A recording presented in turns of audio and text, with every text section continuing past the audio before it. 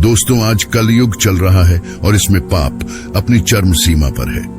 भगवान राम के भक्त हनुमान जी के बारे में कहा जाता है कि वह अमर और आज साक्षात मौजूद हैं। वे हर युग में पृथ्वी पर रहते हैं। वे सतयुग में भी थे, रामायण काल में भी थे और महाभारत काल में भी। यह भी कहा जाता है कि वह कलयुग में भी विराजमान है और उनके जीवित होने के संकेत मिलते हैं।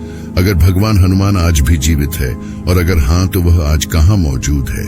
हनुमान जी भगवान शिव के इकलौते ऐसे अवतार हैं जो आज भी पृथ्वी पर जीवित हैं, क्योंकि इन्हें स्वयं माता सीता से चिरंजीवी का वरदान मिला है और भगवान राम ने भी हनुमान को यह आज्ञा दी है कि वह कलयुग के अंत तक भक्तों की दुख दूर करने के लिए पृथ्वी पर रहेंगे। शायद इसीलिए हमें धर्म ग्रंथों में भगवान श्री कृष्ण और यहाँ तक कि श्री राम के देह त्याग की कथा देखने को मिल जाती है, लेकिन कभी भी हमने किसी भी धर्म ग्रंथों में भगवान हनुमान के देह त्याग के बारे में नहीं सुना। आप भी सोच रहे होंगे, अभी भगवान कहाँ है, हम कैसे दर्शन करेंगे? और इस वीडियो में आपको चमत्कारी घटनाओं के बारे में भी बताएंगे। आप देख रहे हैं mystery own of God YouTube channel. Video शुरू करें उससे पहले कमेंट में जय बजरंग बली जरूर लिखें। भगवान हनुमान की शक्तियों की लीला अपरंपार है, जिनके एक कदम में ही इतनी ताकत है कि वह पृथ्वी के 7 समुद्रों को पार कर दे, जिनका ज्ञान इतना ज्यादा है कि बड़े से बड़े देवता भी उनके सामने नतमस्तक हो जाए, जिनके नाम में इतनी ताकत है कि केवल नाम के जाप से ही बड़े से बड़ी बुरी शक्ति दूर चली जाए। तो चलिए शुरू करते हैं और जानते हैं भगवान हनुमान के बारे में। नंबर 1, कहाँ रहते हैं हनुमान जी कलयुग में? भगवत पुराण में इस बात का जिक्र देखने को मिलता है कि कलयुग में भगवान हनुमान कहाँ पर रहते हैं। भगवत पुराण की माने तो द्वापर युग बीतने के बाद जब कलयुग की शुरुआत हो रही थी, तभी से एक पर्वत को हनुमान जी ने अपना निवास स्थान निश्चित किया, ताकि वह अपने पृथ्वी पर मौजूद आगे के समय को भगवान श्री राम की तपस्या में लीन होकर बिता सके और समय समय पर कलयुग में मनुष्य की समस्या का निवारण भी कर सके। दोस्तों, अगर आप इस पर्वत का नाम जानना चाहते हैं तो भगवत पुराण के अनुसार इस पर्वत का नाम है गंधमादन पर्वत माना जाता है कि और आज के आधुनिक समय में गंधमादन पर्वत कैलाश पर्वत के उत्तर दिशा में मौजूद एक छोटा पर्वत है जो कई बड़ी चोटियों से घिरा है, जिसके कारण यहाँ जाना काफी कठिन है। इसके अलावा ये पर्वत तिब्बत के क्षेत्र में आता है, जिसे 1962 के युद्ध में चीन द्वारा अपने कंट्रोल में ले लिया गया था। यानी आज के समय आपको अगर इस पर्वत तक जाना है तो आपको चीन सरकार की इजाजत लेनी होगी, जो कि काफी मुश्किल है। इसके अलावा क्योंकि आज के समय यह पर्वत भारत और चीन सीमा के बिल्कुल बीच मौजूद है, इसलिए भी इस तक जाना और भी ज्यादा मुश्किल हो जाता है। वैसे इस पर्वत के बारे में एक कथा यह भी है कि यहाँ पर एक बहुत बड़ा पुराने समय का श्री राम का मंदिर मौजूद है, जिसमें प्रभु हनुमान की भी दिव्य मूर्ति है। नंबर 2, भगवान हनुमान का जन्म। वैसे आज भी यह निश्चित नहीं हो पाया है कि भगवान हनुमान कब और कहां जन्मे थे, लेकिन हमें अलग अलग धर्म ग्रंथों में कुछ अलग अलग समय और स्थान देखने को मिलते हैं। जैसे वेदों की माने तो भगवान हनुमान आज से 1,85,58,115 वर्ष पहले त्रेता युग के अंतिम चरण में चैत्र पूर्णिमा को जन्मे थे, जिनका जन्म माता अंजना और पिता केसरी के घर हुआ था, जो एक भारतीय पहाड़ी इलाके आंजन के एक छोटे से पहाड़ी गांवों में वानर राज के नाम से जाने जाते थे। कहा जाता है कि जब माता अंजनी का विवाह वानर राज हुआ तो लंबे समय तक उन्हें किसी संतान का सुख नहीं मिला, जिसके बाद कड़ी तपस्या करने के बाद स्वयं पवन देव ने अंजनी को पुत्र प्राप्ति का वरदान दिया, जिसके बाद हनुमान जी का जन्म हुआ। इसीलिए कई बार आपने सुना होगा कि भगवान हनुमान को पवन पुत्र भी कहा जाता है, जिन्हें कई देवताओं द्वारा बल, बुद्धि, युक्ति, ज्ञान जैसे अवतार मिले और भगवान हनुमान को ज्ञान खुद सूर्य देव ने दिया। कहा जाता है कि भगवान हनुमान ने मात्र 7 दिनों में ही सूर्य देव से संपूर्ण ब्रह्म ज्ञान प्राप्त कर लिया था।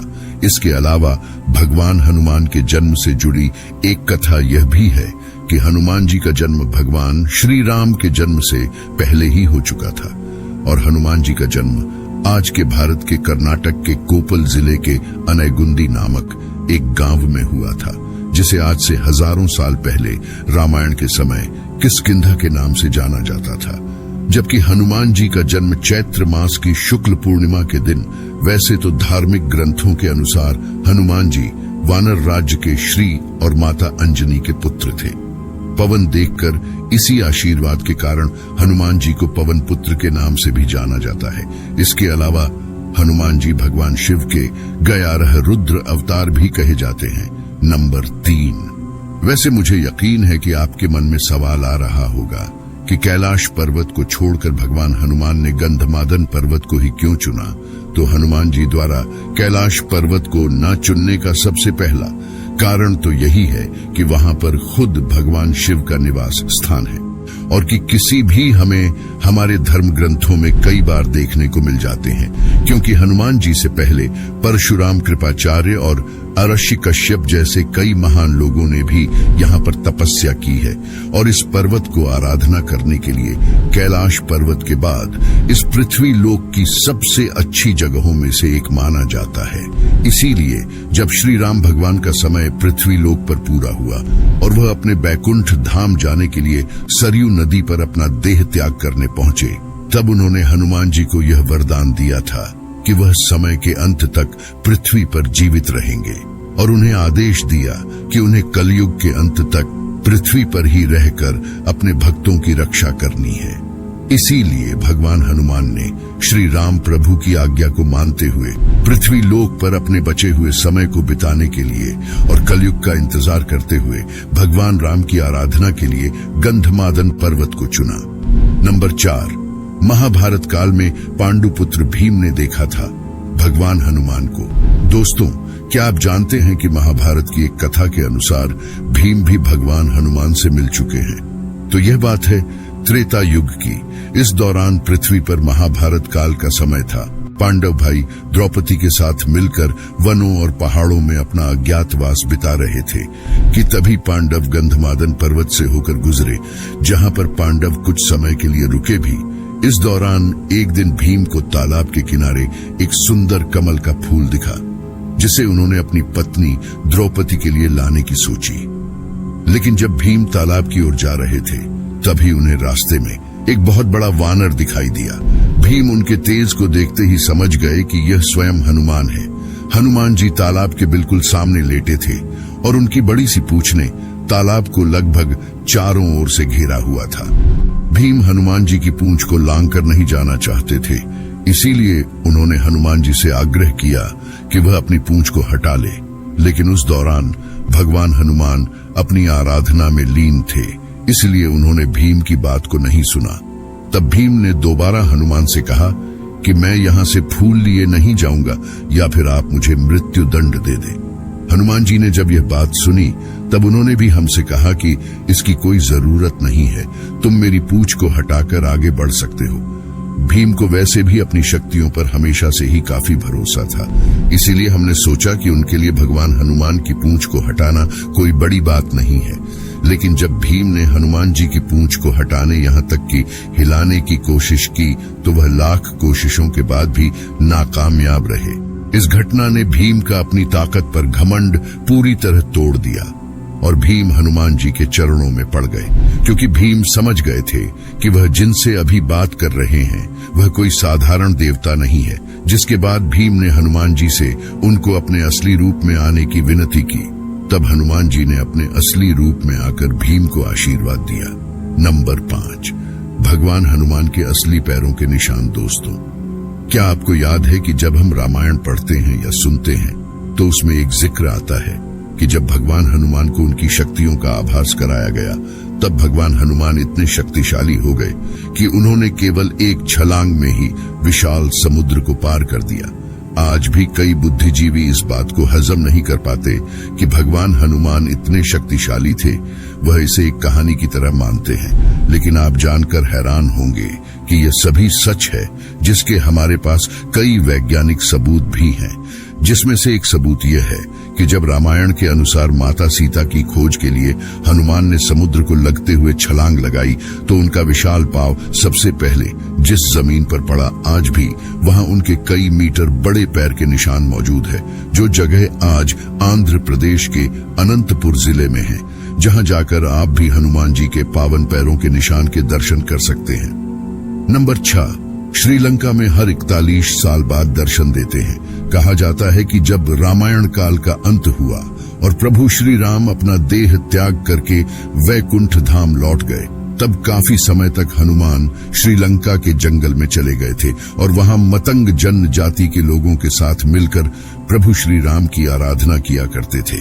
यहाँ मतंग जन जाति के लोग भी भगवान हनुमान की काफी सेवा किया करते थे, जिसके बाद हनुमान ने भी उनकी सेवा से खुश होकर उन्हें ब्रह्म ज्ञान की जानकारी दी थी और उन्हें यह आशीर्वाद भी दिया कि वह उन्हें हर 41 साल बाद ब्रह्म ज्ञान देने आते रहेंगे। कहा जाता है कि पिछली बार भगवान हनुमान श्रीलंका की इस जनजाति को ब्रह्म ज्ञान देने के लिए 2014 में आए थे और अब वह अगली बार 2055 में आएंगे। नंबर 7, क्या चीन भी पूजा करता है भगवान हनुमान की?